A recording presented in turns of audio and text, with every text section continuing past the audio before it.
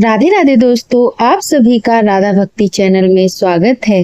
श्री कृष्ण ने बताया कि मनुष्य की मृत्यु के बाद आत्मा का क्या होता है। भगवान श्री कृष्ण ने अपने भक्त और वाहक गरुड़ जी को सुनाई थी गरुड़ पुराण की ये कथा।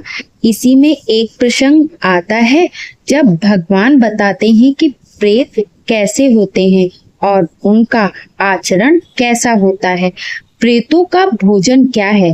भगवान श्री कृष्ण ने गरुड़ जी से कहा कि मनुष्य को ऐसा लगता है कि वह भागकर अपने दुष्कर्मों से बच सकता है, लेकिन यह सत्य नहीं है।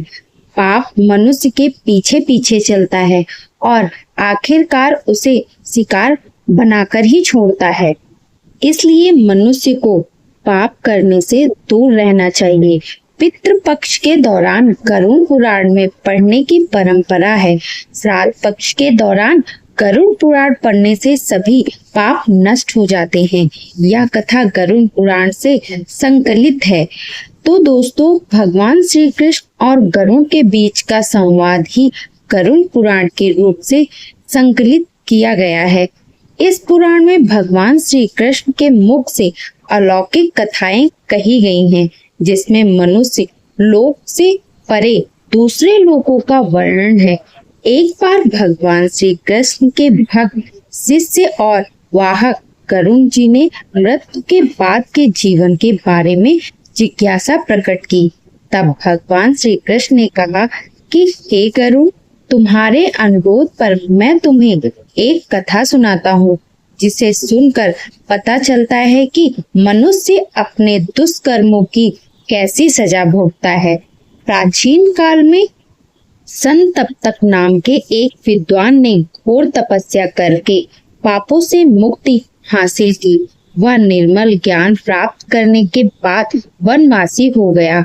उनका संपूर्ण जीवन तपस्या में ही बीत गया। एक दिन उसने मन में विचार किया कि मैंने कभी तीर्थ यात्रा की ही नहीं है, जिसके बिना एक सनातन धर्मी का जीवन अधूरा माना जाता है। ऐसा सोचकर समतप्तक महान तीर्थों की यात्रा करने के लिए निकल पड़ा। ऋषि समतप्तक तीर्थों की यात्रा के लिए निकल तो पड़े थे, लेकिन उन्हें अपनी तप स्थली के अतिरिक्त किसी दूसरे क्षेत्र में विचरण करने का अनुभव नहीं था। इसलिए वह मार्ग भटक गए और एक घने जंगल में जा पहुंचे। वह भूख और प्यास से पीड़ित हो रहे थे। उन्हें किसी सरोवर या तालाब की तलाश थी, लेकिन उस घने डरावने जंगल में कुछ भी दिखाई नहीं दे रहा था। चारों तरफ से सिर्फ हिंसक जानवरों की आवाज आ रही थी।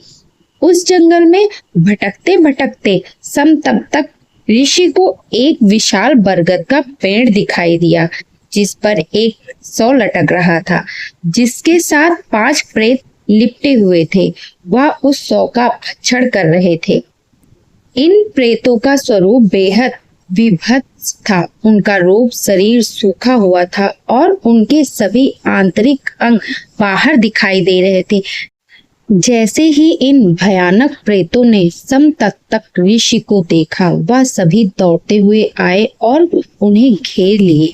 सभी प्रेत आपस में झगड़ने लगे कि इस मनुष्य को कौन खाएगा।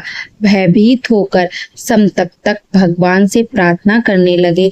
तब उनकी रक्षा के लिए श्री हरि ने मणिभद्र यक्ष को भेजा, जिन्होंने अपनी ताकत से उन प्रेतों को बांध लिया और ऋषि समतप्तक के चरणों में डाल दिया। मणिभद्र यक्ष की प्रताड़ना और ऋषि समतप्तक की जप तप और पूजा के प्रताप से प्रेतों की सद्बुद्धि जगी। उनमें अपने पूर्व जन्म की स्मृति जग गई।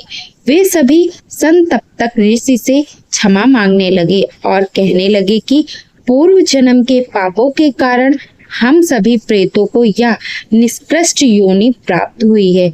हमारे नाम हैं पर्युषिच, शुचिमुख, शीघ्रक, शोधक और लेखक। ये पाप रहित ऋषिवर आपके दर्शन करके आपके तप के प्रभाव से हमारी बुद्धि निष्पाप हो गई है। तब ऋषि संतप्तक ने उन 5 प्रेतों से उनकी इस दुर्गति का कारण पूछा। प्रेतों ने अपनी कहानी बतानी शुरू कर दी। पर्युषित की कहानी। सबसे पहले पर्युषित नाम के प्रेत ने अपनी कहानी बताई। उसने कहा कि पर्युषित का अर्थ होता है झूठा और बासी।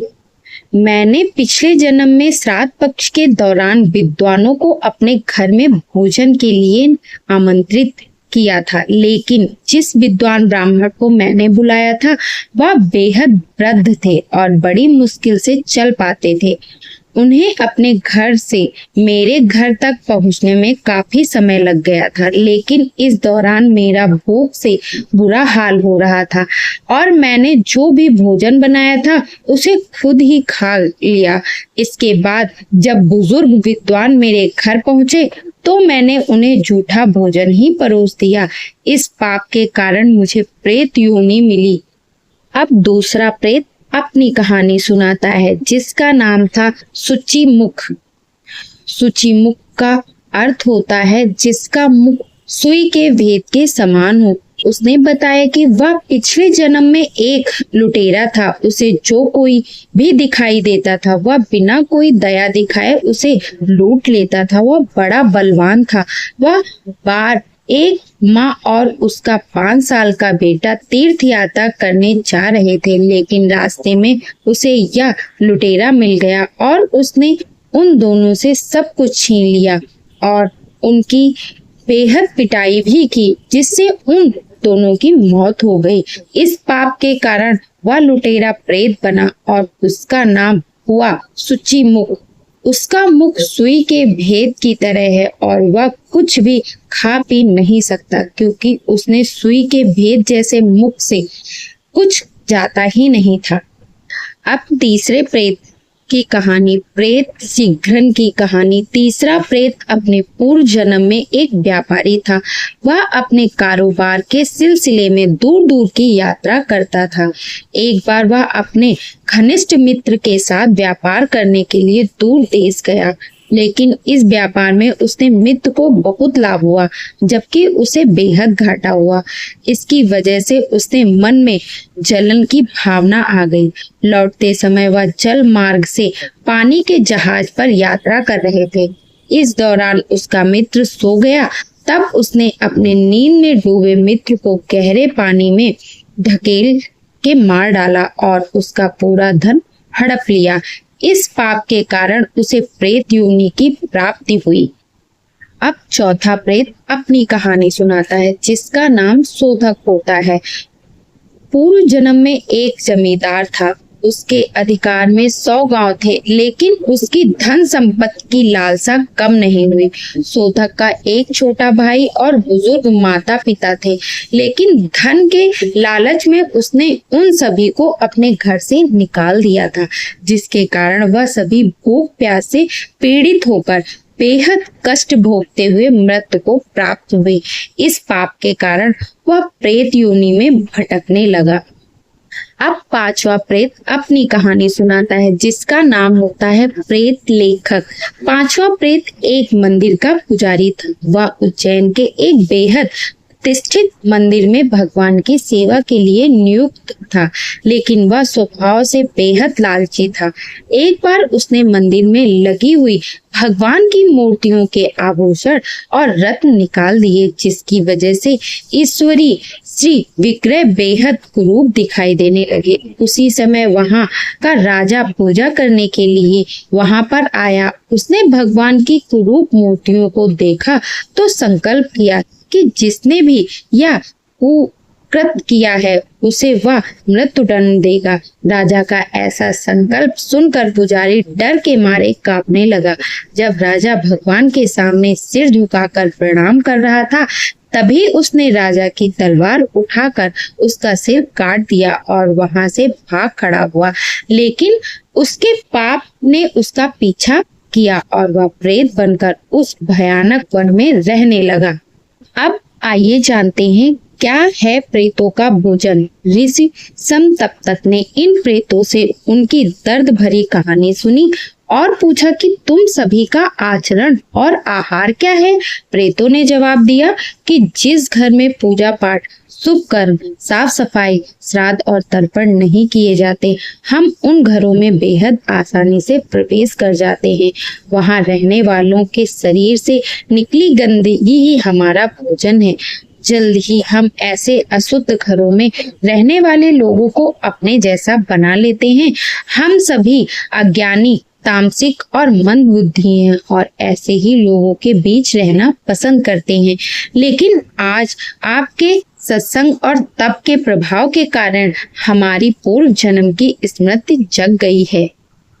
अब आइए जानते हैं कि ऋषि समतप्तक ने कैसे उन प्रेतों को मुक्ति दिलाई। समतप्तक ऋषि ने उन प्रेतों की राम कहानी सुनकर ऋषि समतप्तक को दया आ गई। उन्होंने कहा कि हजारों वर्ष प्रेत योनि में रहने के बाद उनके पापों का क्षय हो गया। उन्होंने भगवान श्री कृष्ण से उन प्रेतों के पाप क्षमा कर देने की प्रार्थना की। भगवान भी ऋषि समतप्तक की गुहार पर उन प्रेतों के पाप क्षमा किए और उन्हें संदिग्ध प्रदान की। यह कथा सुनने के बाद भगवान श्री कृष्ण ने गरुड़ जी से कहा कि मनुष्य को ऐसा लगता है कि वह भागकर अपने दुष्कर्मों से बच सकता है, लेकिन यह सत्य नहीं है। पाप मनुष्य के पीछे पीछे चलता है और आखिरकार उसे शिकार बना ही लेता है। इसलिए पाप से दूर रहना चाहिए। यदि गलती से कोई पाप भी हो जाए तो उसके लिए तुरंत क्षमा प्रार्थना करनी चाहिए।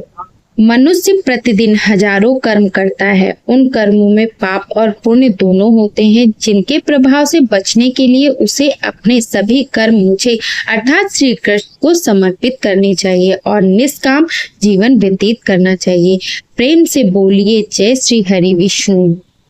ऐसी ही और कहानियां सुनने के लिए हमारे चैनल को लाइक, सब्सक्राइब, शेयर जरूर करें और कमेंट बॉक्स में राधे राधे लिखना ना भूलें।